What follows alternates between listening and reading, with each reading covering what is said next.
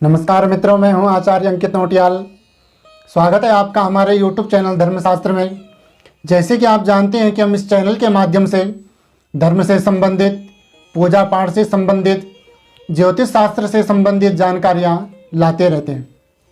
आज हम जानेंगे कि हम ये कैसे देखें अपनी जन्म कुंडली में कि हमारी जन्म कुंडली में प्रेम विवाह योग या लव मैरिज के योग है या नहीं है, और है तो कितने प्रतिशत है, और नहीं है तो फिर क्यों नहीं है, और कैसे इसको देखेंगे हम अपनी जन्म कुंडली में, इस पर आज हम बात करेंगे।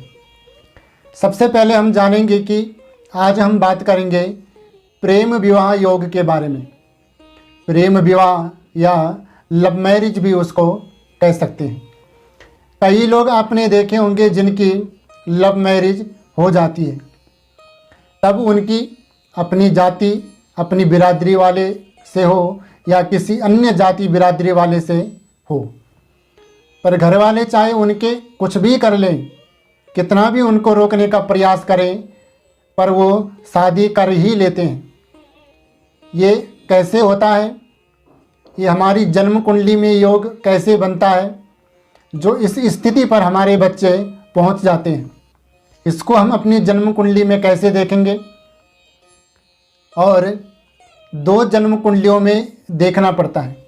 एक तो जन्म कुंडली में जो हमारी लग्न कुंडली होती है, और एक नवमांस कुंडली में। तो ये योग कैसे बनता है, क्या हमें इसमें करना चाहिए, इसमें शादी होगी या नहीं होगी दो प्रेमियों की, इस पर आज हम बात करेंगे। उससे पहले एक सूचना आपको दे दूं, यदि आप अपनी बच्चों की जन्म कुंडली दिखवाना चाहते हैं या उनके भविष्य के बारे में कुछ जानना चाहते हैं, उनका स्वास्थ्य खराब रहता हो, पढ़ाई में मन ना लगता हो, पढ़ाई में उनको सफलता प्राप्त ना होती हो, नौकरी उनको क्या करनी चाहिए, क्या उनको व्यापार करना चाहिए, पढ़ाई क्या करनी चाहिए, किस विषय में वो ज़्यादा आगे बढ़ सकते हैं जो उनके भविष्य के लिए आगे अच्छा रहेगा, जिसमें वो धन लाभ प्राप्त करेंगे, उनकी शादी कैसी होगी, उनको कैसा परिवार मिलेगा, कैसा लड़का मिलेगा, सास कैसी मिलेगी, किस दिशा में हमारी लड़के की या लड़की की शादी होगी, क्योंकि कई लड़कियां ऐसी हैं जिनकी शादी नहीं हो पाती है, वो घर में ही बैठे रहते हैं, उनके माँ बाप भी परेशान हो जाते हैं। तो ऐसा कौन सा योग उनकी जन्म कुंडली में है जिससे उनका विवाह नहीं हो पा रहा है? किसी भी प्रकार के आपके प्रश्न हो, वीडियो के नीचे हमारा नंबर दिया गया है, आप कॉल के माध्यम से या व्हाट्सएप के माध्यम से संपर्क कर सकते हैं। जन्म कुंडली विश्लेषण का शुल्क लगता है, जो भी शुल्क होगा आपको बता दिया जाएगा, और जो भी आपकी समस्या होगी, परेशानी होगी, उसका हल भी आपको बता दिया जाएगा। तो अब हम बात करते हैं आज का जो हमारा मुख्य विषय है, प्रेम विवाह योग कैसे बनता है जन्म कुंडली में। तो शास्त्र में कहा गया है कि प्रेम विवाह या लव मैरिज के योग हमें कैसे देखने चाहिए। तो ज्योतिष शास्त्र में कहा गया है लग्न का मालिक, पंचम भाव का मालिक और सप्तम भाव का मालिक, इन तीन भावों से प्रेम विवाह के योग देखे जाते हैं। लग्न किसे कहते हैं? ये जो पहला अंक यहाँ पर लिखा है, हमने ये मेष राशि काल पुरुष की कुंडली यहाँ पर बनाई है, तो जहाँ पर एक अंक लिखा है वो है हमारा लग्न। लग्न जो होता है वो होता है पूर्व दिशा, इसको माना जाता है। पंचम स्थान कौन सा होता है? जहाँ पर ये 5 अंक लिखा है, ये पंचम भाव इसको कहते हैं, पांचवा घर या पांचवा स्थान भी आप इसको कह सकते हैं। सातवां भाव होता है ये, जहाँ पर हमने 7 अंक लिखा है। इन्हीं तीन भावों को क्यों विशेष मान्यता दी गई है, पहले आप वो समझिए। लग्न जो है वो हमारा शरीर होता है, जातक या जातिका का शरीर होता है। पांचवा भाव जो है वो होता है प्रेम का, और कई प्रकार का और भी उससे कई चीज़ें देखी जाती है, पर इस समय हम मुख्य बात प्रेम विवाह पर कर रहे हैं। तो पांचवा भाव प्रेम का। सप्तम भाव होता है पति पत्नी का या प्रेमी या प्रेमिका का। तो शास्त्र में कहा गया है कि लग्न का मालिक, पंचम भाव का मालिक और सप्तम भाव का मालिक एक साथ कहीं बैठे हो तो प्रेम विवाह योग बनता है। दूसरा कहा गया है कि या इन तीनों भावों के जो स्वामी हैं इनमें आपस में दृष्टि संबंध हो तो प्रेम विवाह योग बनता है। किस प्रकार से देखेंगे, जन्म कुंडली के माध्यम से आपको समझाता हूँ मैं। लग्न में हमने 1 अंक लिखा है तो पहली राशि होती है मेष राशि और मेष राशि का स्वामी होता है मंगल। पंचम भाव में 5 अंक है सिंह राशि, सिंह राशि का स्वामी होता है सूर्य। और सप्तम में 7 अंक, 7 अंक है तुला राशि, तुला राशि का स्वामी होता है शुक्र। मंगल, सूर्य, शुक्र, ये तीनों मंगल, सूर्य, शुक्र तीनों सप्तम स्थान में बैठे हुए हैं। यदि इसी प्रकार आपकी जन्म कुंडली में भी बैठे हो तो जातक या जातिका को एक बार किसी ना किसी व्यक्ति से प्रेम अर्थात प्यार जरूर होता है अपने जीवन में।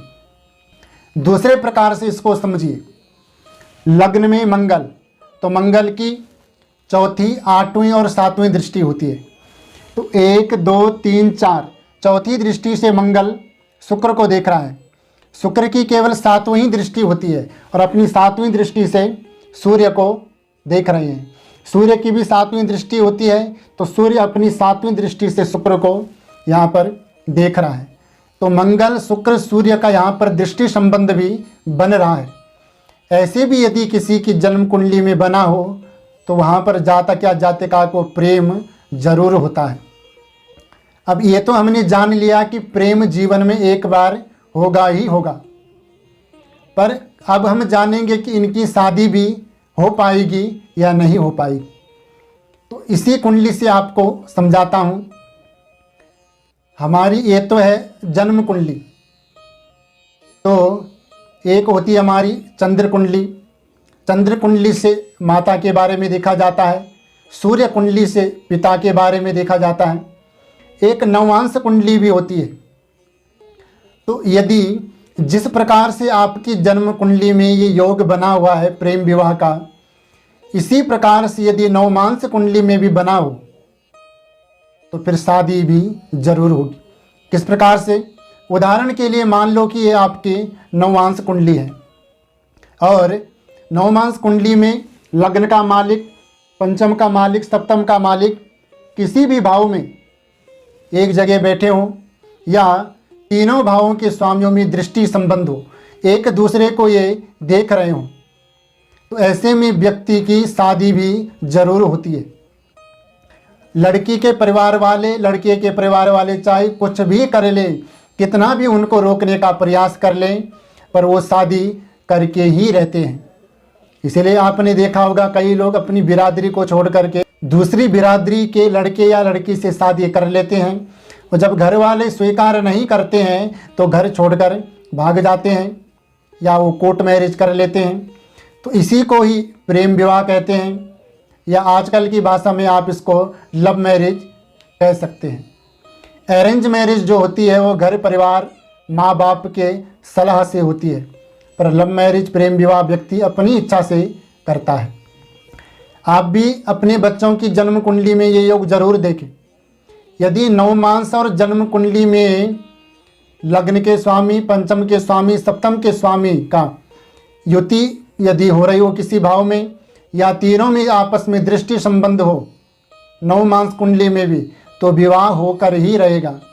यदि जन्म कुंडली में ये योग बन रहा है और नवमांश कुंडली में नहीं है तो प्रेम तो जातक को एक बार होगा ही होगा अपने जीवन काल में, पर शादी नहीं हो पाएगी। यदि एक जन्म कुंडली में योग है तो फिर आपको परेशान होने की ज़रूरत नहीं है, पर यदि जन्म कुंडली में भी बन रहा है और नवमांश कुंडली में भी बन रहा है तो तब आपको थोड़ा सतर्क रहने की ज़रूरत है, नहीं तो आपके बच्चे आपके हाथ से निकल सकते हैं, वो प्रेम विवाह कर सकते हैं। तो जिस प्रकार से मैंने आपको प्रेम विवाह के बारे में बताया, आप ये अपने बच्चों की जन्म कुंडली में देखें, किसी विद्वान ब्राह्मण से उनकी जन्म कुंडली का विश्लेषण करवाएं, तो आपको पता चलेगा उनकी जन्म कुंडली में ये योग है या नहीं है। तो आज के लिए इतना ही। मुझे विश्वास है हमारे द्वारा दी गई जानकारी आपको ज़रूर पसंद आई होगी। हमारे द्वारा दी गई जानकारी आपको पसंद आए तो हमारे चैनल को सब्सक्राइब करें, लाइक करें, शेयर करें ज़्यादा से ज़्यादा, जो हर व्यक्ति तक ये वीडियो पहुंच सके। कमेंट करके ज़रूर बताएं आपको हमारे द्वारा दी गई जानकारी कैसी लगी। मिलते हैं एक अगले नए योग में, तब तक के लिए जय जय श्री राधे।